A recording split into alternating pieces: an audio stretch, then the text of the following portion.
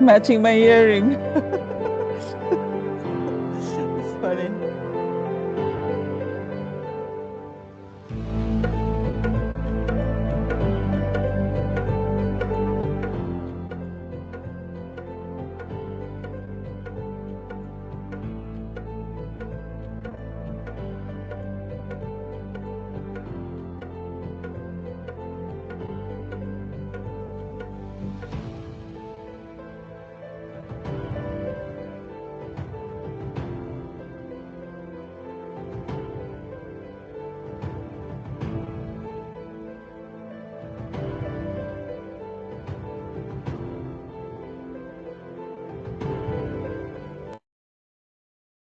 Very good evening, dear student from the Sri Lanka, and also like a very good morning to the USA region. Today we're going to discuss about the very interesting topic with the very special guest.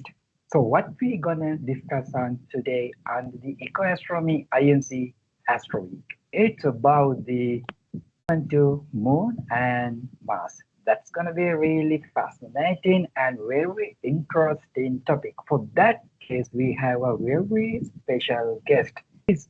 She's a analog astronaut, and also like she's the founder and CEO of the Everest Innovation Lab in Hawaii, and also she's a former fellow of the Asia Pacific Leadership Program as well as she's the former member of the National Science Foundation.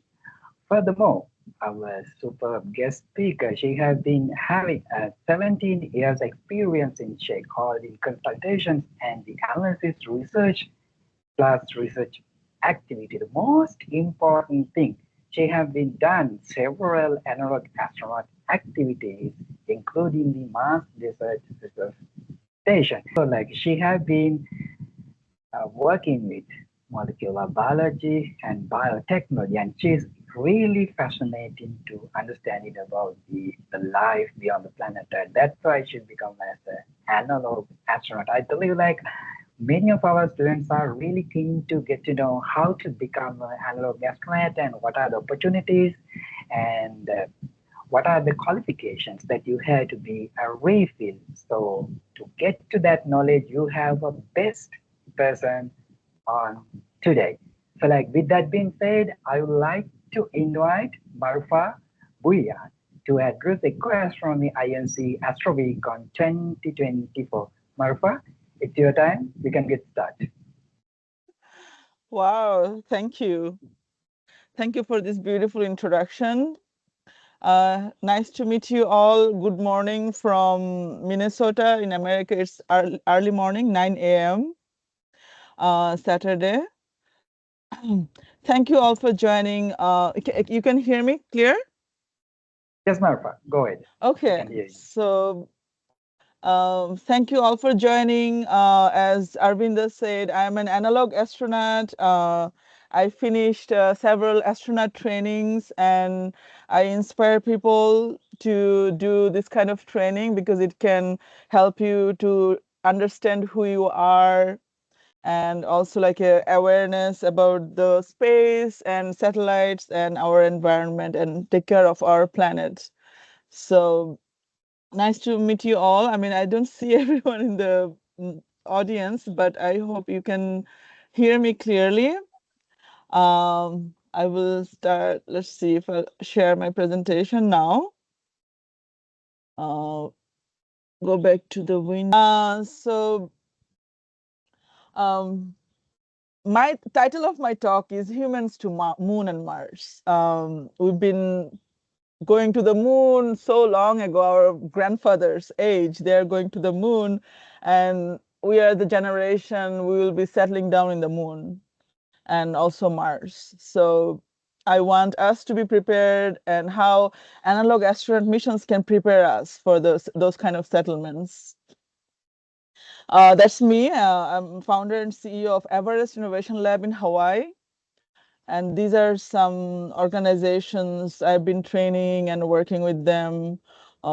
Here is the ISS National Lab, and NASA is, everybody knows who is NASA. So Today's Okay. agenda is I was planning to learn who are the class, like who are the people, just saying their name would be easy for me to understand.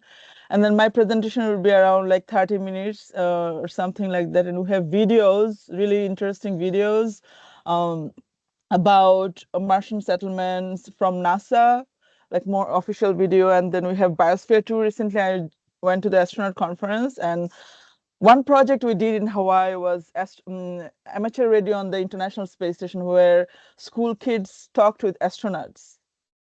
So that's kind of like a video of the whole project, how they prepare the questions, what kind of question they ask to the astronauts. And then we developed an app, a virtual app, like what are the locations to go to the moon? What are the locations on the Mars? What are the resources? And if you have time, you can do like some activity or sign up sheet, and then Q&A later on. So if let's see if we can.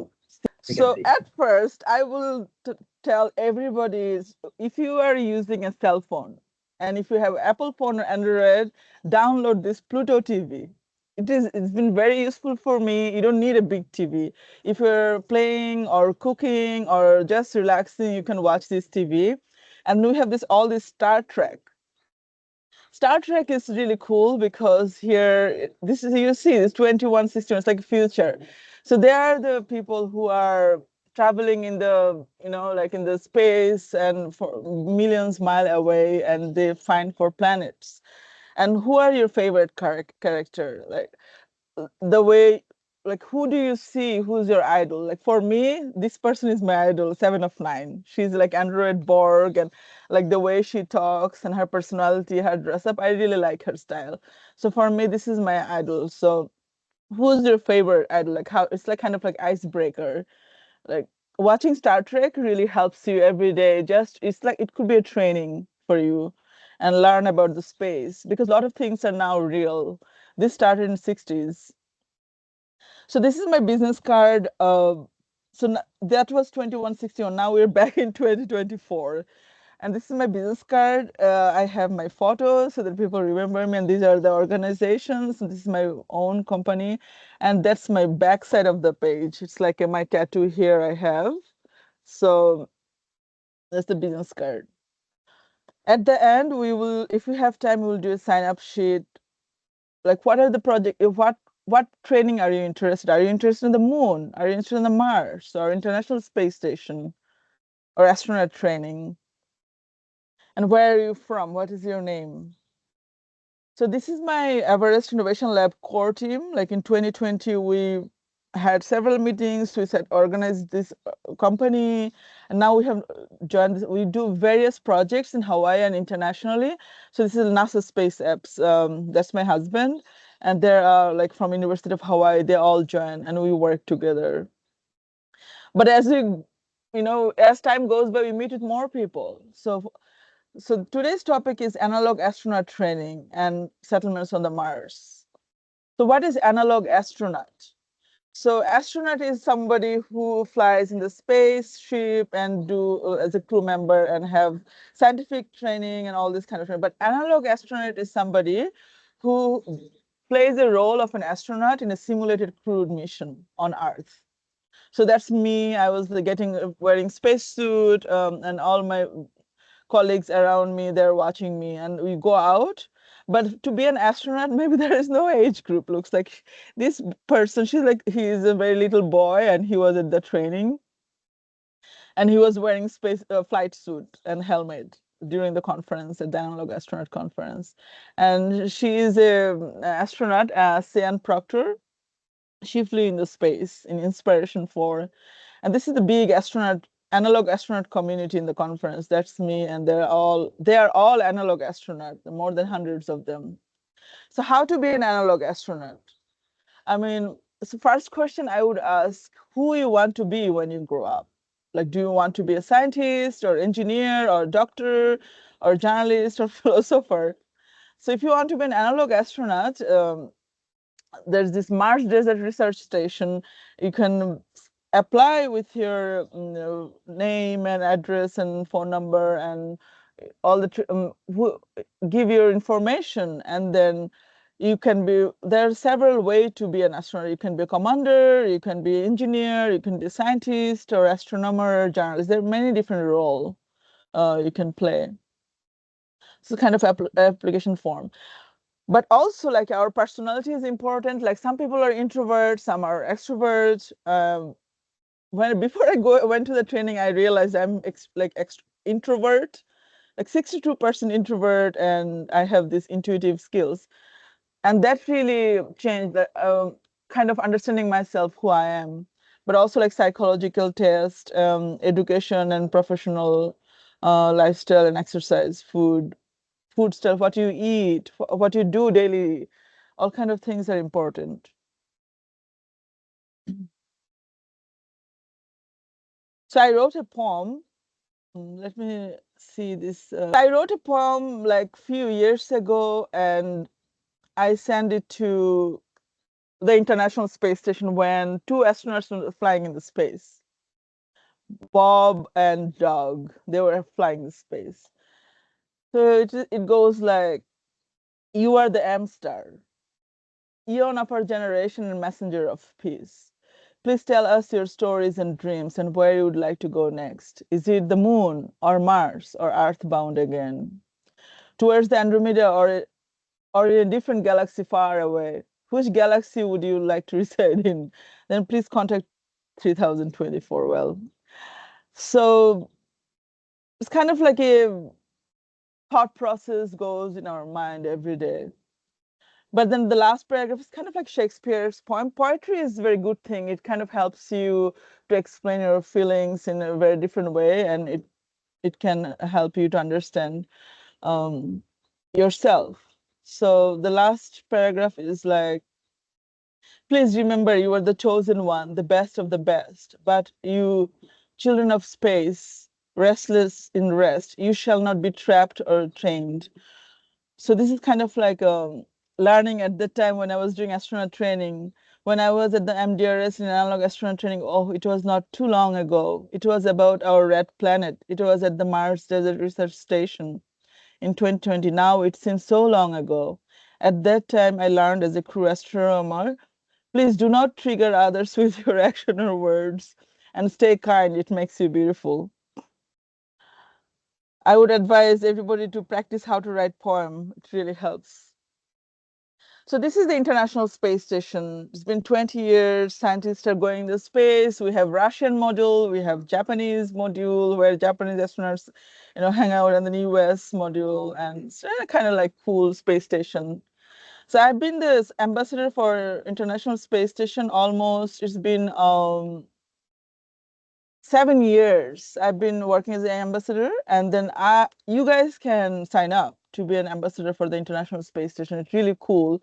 Um, Way to learn and meet with astronauts and get gifts and all these things. Uh, so my message to our generation or anybody who's listening would be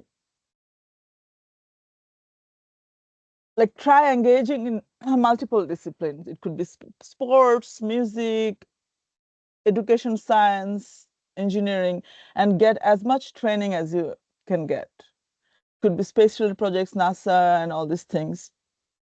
This book I read a few days ago, Humans, and over there was like, they were interviewing people from all around the world, and there's this African king. There's an interview of African king, and there's like interview of Bangladeshi people, Pakistani and Indian and all kind of nationalities. This African king story was, I still kind of really, I was very like influenced by his story. So when he was student, he was sitting in the class one day, and suddenly news came that king had died, one of the country in African region. And then he was kind of scared, like, now they're gonna make him king because he's the kind of like a successor. Anyway, so he was so scared, he left the country and came to US, and and went to the he made a photo of like an ID, and went to the immigration, and he says, uh, please give me asylum.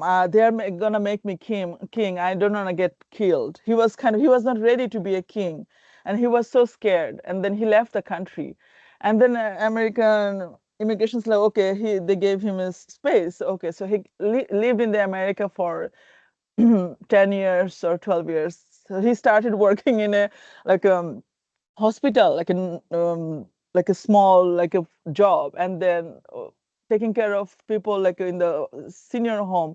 And he became friend with um, like an old man, and he took care of the old man for a long time, and he died. And then he washed dishes in the restaurant, all kind of he. And then at the evening time, he would take classes like nursing class, engineering class, and he learned so much. And he went back to his country, and he became king again. Like, he had to be king because it's like given. His like his fortune is like that. So, but then he was ready at that time after all this training. So I was trying to prove that if you're ready, when you have enough training and learning, you will know what you want to do. So that helps you. So all kind of training and education is helpful. So okay, today's topic is Moon and Mars. Where is Moon? So this is Earth. That's the sun. Is a middle-sized star. We have like billions of stars in our sky. And this is the Earth. And oops, sorry. And Moon is here and Mars. So we're trying to go there and here. And then let's not forget about the asteroid belt. It's kind of like important. I hear all these planets. So it's not too far. So human settlements on Mars. This is a National Geographic course for grade 8 to 12. It's really fun. I thought I would show you. So NASA, here's this video I would like to show. Um, how NASA is preparing to go to the Mars. Can you hear? Yes, Marfa. Okay.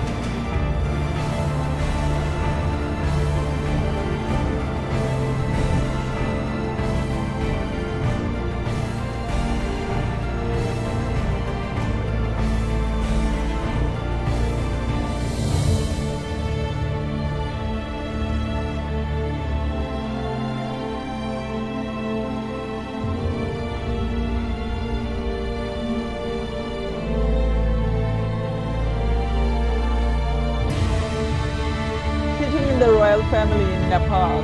And I was visiting scientist at that time in Tribhuvan University, and I go to the university and come back and sometimes have lunch with the royal family.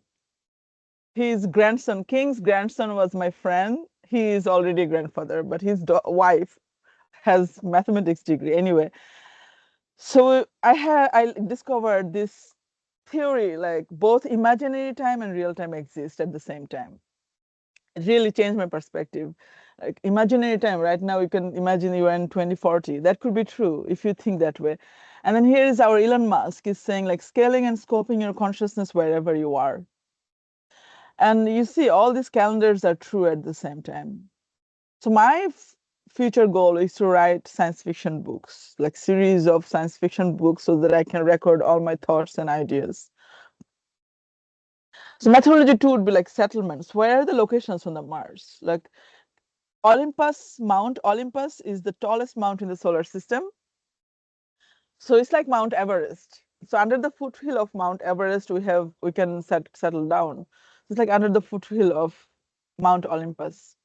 Mariners Valley, Hellas Planitia, Inca City, state of Jezero. Jezero is where they send the robot. Robots are already taking over Mars. So we should send humans. So anyway, so these are the locations, 5 locations based on the research. How we can do methodology, like I presented this in the Mars conference, like if one leader can manage 1,000 people, we need 1,000 leaders for 1 million people, literally. And the people can be ambassadors, greenhouse officer, engineer, astronomer, philosopher, pilot, all kind of roles in the society we have can settle down on Mars.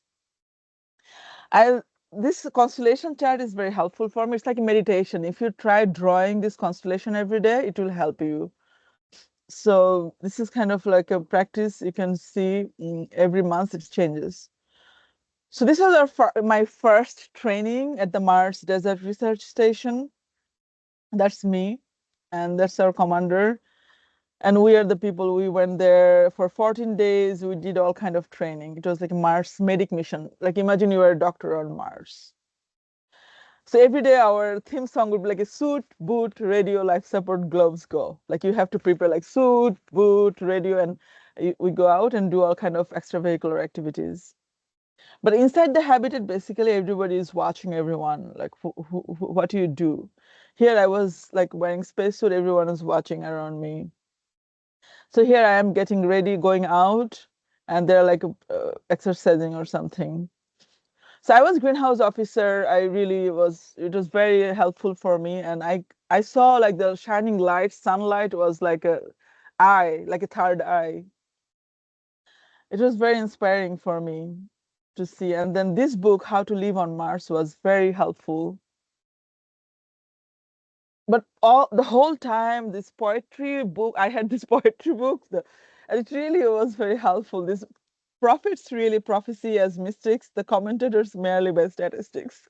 And always I had this theory, this poetry in my mind, and it in simulation, whatever you in your mind, it affects others. So that was me, like red gloves, and we were doing like taking care of wounded astronaut. We were like measuring geographical and all this extravehicular. And here, after the training, we are like painting the science dome next year. So my question would be like, are we living in a simulated world? Like all kind of simulation activities. We have these meetings, Zoom meetings, and here I was talking with the Indian astronomer at that time, and here he's an army guy. He's standing by. He's a pilot, and everybody is like, he's a doctor. So everybody is doing their part, but they're like kind of like a simulation. The next mission I did was I was like a aeronauts mission. At the time, I was remote astronomer. And the third mission I did in the high seas was in the Mauna Loa volcano of Hawaii. Was I was operations officer. And then Biosphere 2 recently went for the astronaut conference. It's like a really big. Jess, are you ready? Over there, it's like a bigger habitat, and you have this. They created all this rainforest, ocean in the middle of the desert, and all these things. So that's like our team. So there is a video. I didn't think we can do the videos here. So I will stop here. Oh, this is the last. I'll stop here, and we have a guest. But anyway, so give me one more minute. I'll be back. Okay, are you ready? Um, so for Mars mission, you have like now NASA is planning 12 to 14 months mission. This crew member today they are finishing their 1 year of Mars simulation. So they will today 5 p.m. July 6th. They will do a press. NASA will do a press coverage. So these are all kind of habitats. Um, Jess, so we have like 1 minute break now for me, 2 minutes. Okay, Marfa. Uh, just a second. My husband will show something. So that's gonna be interesting. We have another special guest to show something new for our student. I believe like it's is it okay like if you can change the behind screen so otherwise okay okay USA.healthcare. very good morning from the across from ANZ. So what we Yes. have today? Aloha. So my name is Jess Caleb. I'm developing this astronaut.health website. So I wanted to share it with everybody. Oh, go ahead. Okay, go ahead.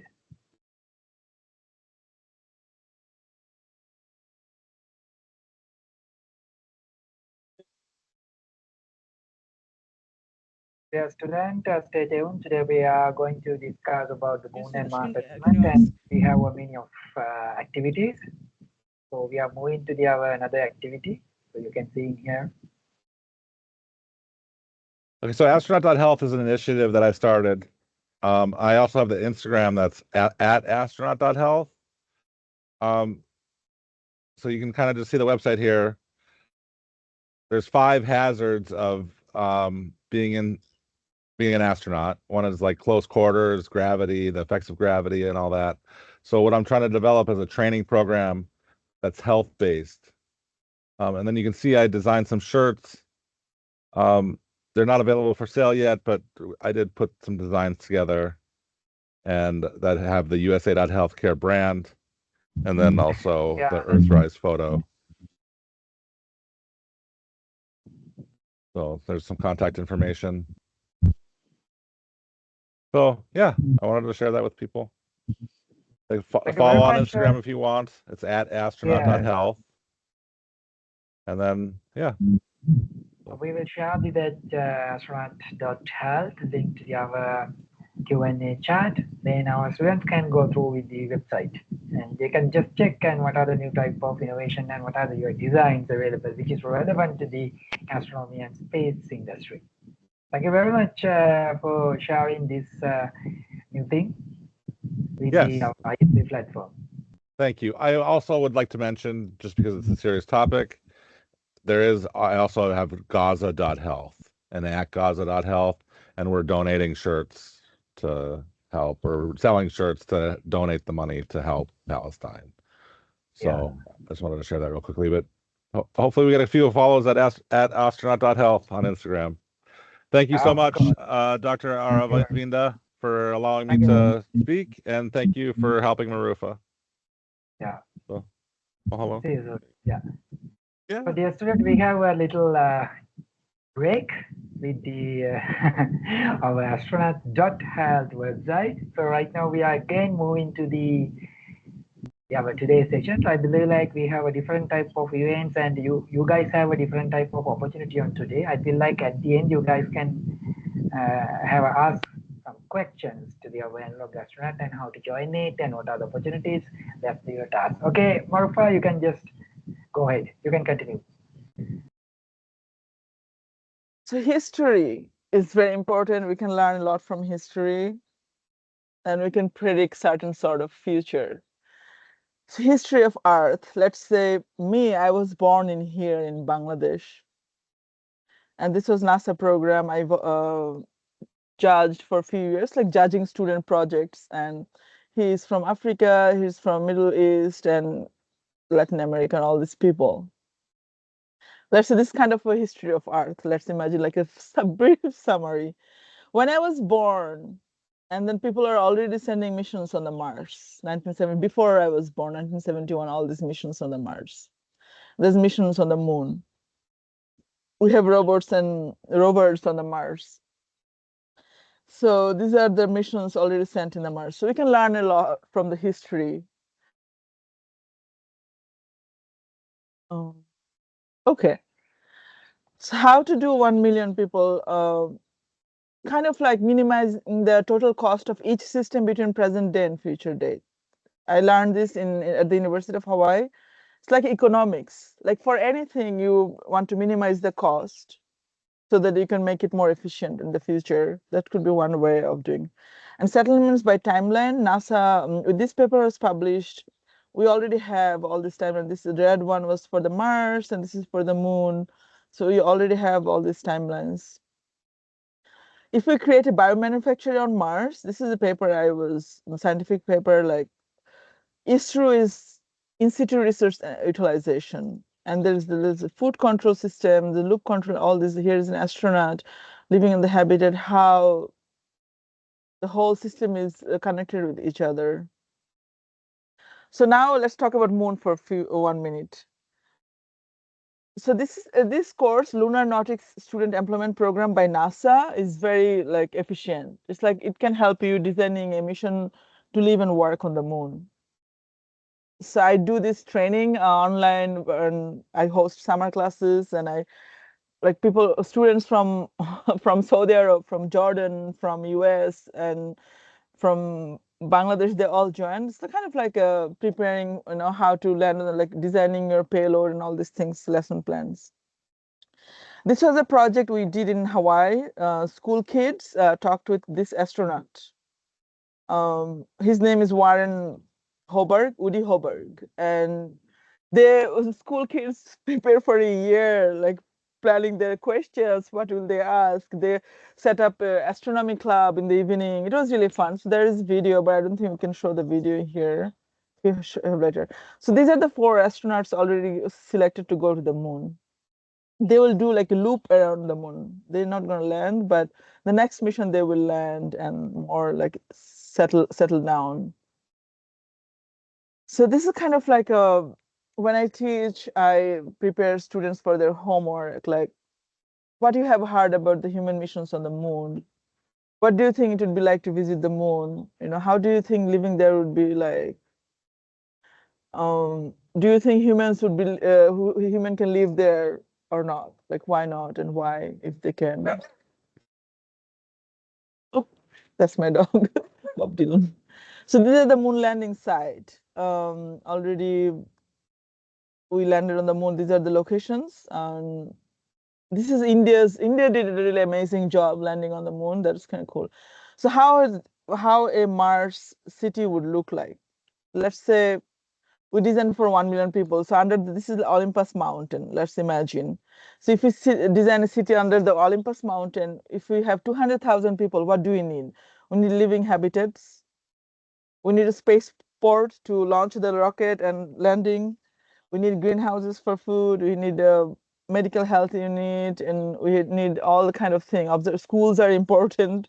We need schools and university robots facility, all kind of things we need. Sometimes it doesn't advance. Okay. I'm almost like nearing the end of my presentation. So this is kind of I have a radio license, which is like 6G, like WH6GNE. And with that, you can send signal anywhere in the universe in the real time. If somebody is sitting in the moon, they can receive the signal on Mars. So I have interest in interplanetary communication. So I'm working on that. I also have interest in like a calendar, like creating a calendar is important because through calendar we do the taxation, agriculture, everything is dependent on the calendar, examinations and all kind of thing. So creating a moon and Mars calendar, how we need. Also, we did a calculation like for 1 million people on Mars, we need 3,333 greenhouses for the food. So basically, like managing our like databases, developing partnership projects, finance and roadmap for the future is important. Um, So these are like 3 slides about the homework. If I have students in the future, I would give them the homework, like to design their patch, like how they want their patch. Like this is my analog astronaut patch, and how they want their patch. Their name will be around there, and what are the title and what kind of missions and destinations on the moon. This could be one homework, and second homework would be, imagine you are this person, you are an astronaut on the moon. Like how much load can you carry? Like let's say if you have one backpack here and you have 1 penny is per meal, so you can carry 1 penny for 1 meal, 2 penny for 2 meals, 3 penny for 3 meals, and you need medical kits, you need food, you need other tools and geographical tools. So how much load you can carry is this, there is a calculation. It's kind of like homework, like inventory. And homework 3 would be like destination, where you are going, what are the locations, what are the geology there, the soil condition, what you will do.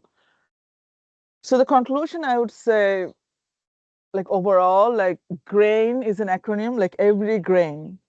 GRAIN stands for genetics, robotics, AI, and nanotechnology should be like monitored and controlled. An idea is to create like a Mars Desert Research Station or a Biosphere 2 on the Moon and Mars. And brain to brain interface, like I'm talking now with you and how you perceiving, so like this interface would be very important. And religion, politics, characters and cultures in between Earth and Mars. And also like leadership decisions, when you are in the decision making role, like how do you play the decision, the wisdom and plan, and then life support if you're on the moon, like if you have all the support you need and safety. And also like intellectual humility, like when you know a lot, you have this humiliation coming and it can help you to grow. And also like as a human wonder, like as a human we have this wonder, and imagination is very helpful. And also like growth pattern, like when, and then also like celebrating every growth is important. Also like inspiring the next generation of scientists and explorers would be necessary. So all, thank you. And these are my Instagram and Facebook and YouTube, Twitter link. My first name, last name, and the website and email address. Okay, I'll stop sharing.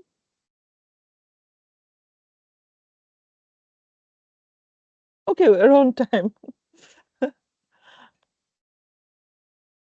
Okay, Marfa, thank you very much. And I hope like this is something different discussions better than the other days. So like we have been just truly enjoy uh, uh, with your discussion. And I believe like if it is any questions available, dear students, this is the time. So you have to raise your hand if it is any questions available. Then from my side, I will just read your name. So like the first, I believe like being an analog astronaut. So like become an analog astronaut. So what kind of experience that you have been faced, and also like what are the things that stimulated you to become something like analog astronaut? That is the question from my side. Oh, so that's a good question. So before I went to this analog astronaut training, I was living in Nepal. As I mentioned, like I would go in the royal family, we become really good friends, and this royal family culture is really interesting.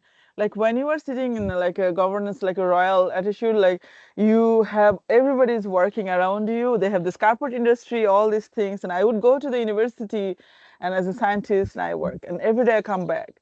So I was almost in becoming like a saint, like I was in the middle of like, do I want to be a scientist or you want to be a saint? I was like, I would like think and meditate and meditate. It's like Buddha, Buddha became a saint. Like he was like a, so I was like almost like so much awareness and almost saint. And then I'm like, I'm supposed to be a scientist. I don't want to be a saint. And then I went to this physics conference, and this group of astronauts, they came, analog astronauts, they met with me, and they really loved my personality. They said, oh yeah, come join us in the astronaut training. We're looking for an astronomer.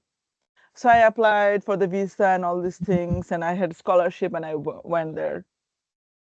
And then when I joined the analog astronaut for like 2 weeks, it really opened my mind. It's like like in the history, all these prophets, philosophers, and saints, they would sit in the mountain and meditate.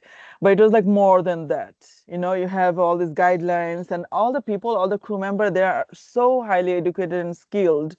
It really opens your horizon. You can learn a lot, and everybody has their things to do every day. I was a greenhouse officer, so basically I just take care of the plants and harvesting and kind of like that. But at the end of the day, you have to write a report every day before 7 p.m. You have to submit the report. If you go out, you wear astronaut suit.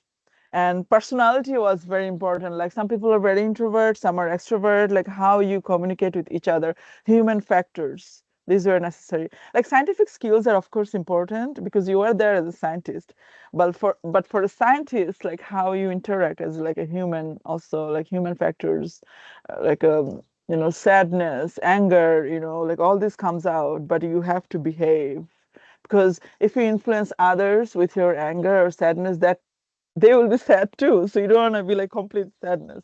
So it's like you have to like balance all these human features. So that was my Yeah, experience in a brief. that sounds very interesting. Like, and then I do have another question. Like, basically you are just coming from Bangladesh. So, like, at the Right, very beginning, what are the challenges that you have been faced while you are just heading to as an analog astronaut and doing some biomedical science right. type of things, and again heading to the Hawaii, and you have been done a lot of work. So, like, basically, what are the challenges you face, and also like how you ignore those things, and how you achieved against those barriers. So, I believe like this is gonna be really important to our students also. Yes, yes. Yes, because I speak Bengali as my native language, and we have this English, and I can speak Hindi, Urdu, Arabic, and all kind of language. So language really it helps. But then if you're speaking in a different, like English language, sometimes you get lost in translation, right? People, you might not able to explain your thoughts properly. But overall, people are very welcoming, and as long if you have like a good mindset and positive mindset, you will receive the positive mindset. If you have like a negative feeling, you will receive the negative feeling. It's like how you give, you get back. Similar things.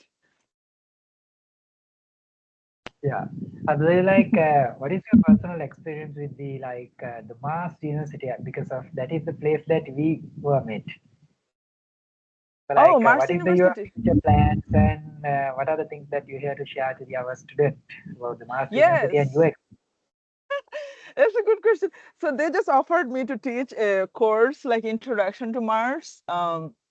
And I think it's just fascinating if I can, like do introduction in the beginning and prepare. Like I already created a kind of like a lecture series how I will teach, because I presented in the Mars conference for like 2 3 years. This year also I'll be presenting. They selected my abstract. So I think it's important to like make our younger generation aware what we are doing, so that they can, like when they grow up, like they can be more like like tackle the future, whatever is happening. But it's also interesting.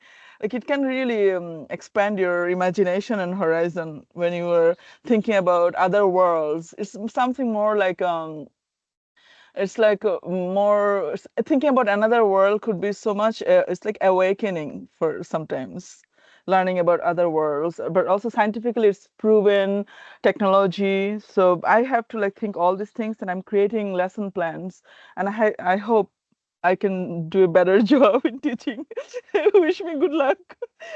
Yeah, of course, like that's gonna be really interesting. I hope like in the future we can just work it together. Even we are in the same institute right now. So like, I'd like, dear students, if you guys have any question, this is the time to ask in from the our analog astronaut, because of it's a very rare time to talking to the analog type of astronaut. So like, if it is any questions you guys have, make sure to raise your hand. And also, Marufa, I do have another question.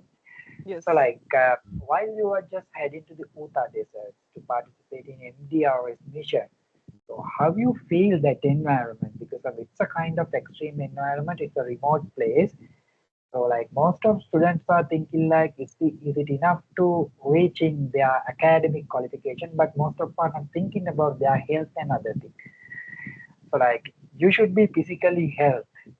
So like how you feel and how you adapt that environment. And I really like to asking you like what kind of experience that you feel on that stage.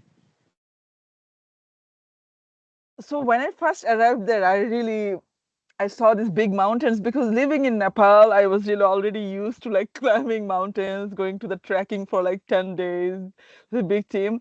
So I didn't go to the habitat. I directly climbed the highest of the mountain, and our commander was like, please come down. But anyway, it was, I really enjoyed because it was very quiet and you have so much time to think about your research, what you want to do in the future, what you did in the past, and also kind of like when you look at the sky, when the plane flies by, you see it's like it leaves a trail. It's like a comet.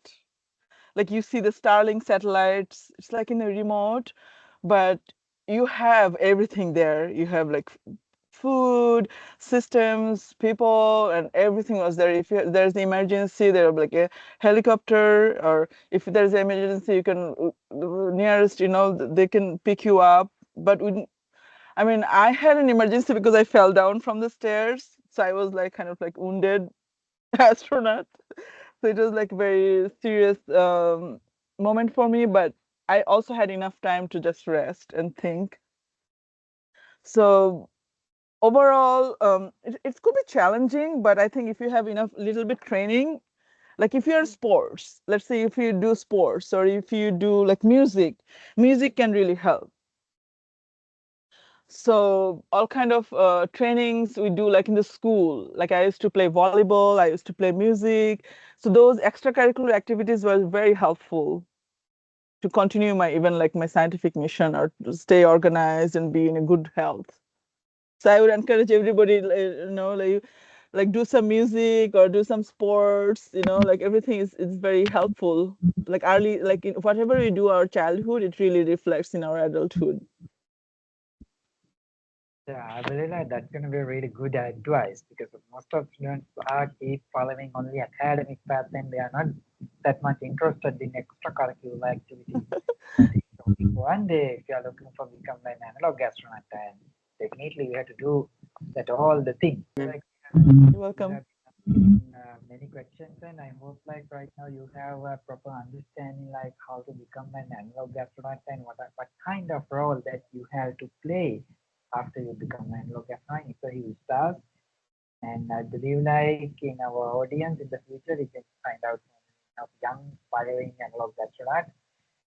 So like I'm trying to wind up the today's session, and again I would like to thank our dearest guest Marufa analog astronaut, and you have done a very outstanding discussion with our students, and that's going to be really helpful to all the students to open new doors and much more understanding about the space industry and astronaut and the astronomical events and other thing. And also like in the future, if it is anything available, I will share in the all the links that Marfa sharing to you. And also like you can contact her if you are interested in the future research or collaborations or whatever. Because of I know some of the universities also available in the list.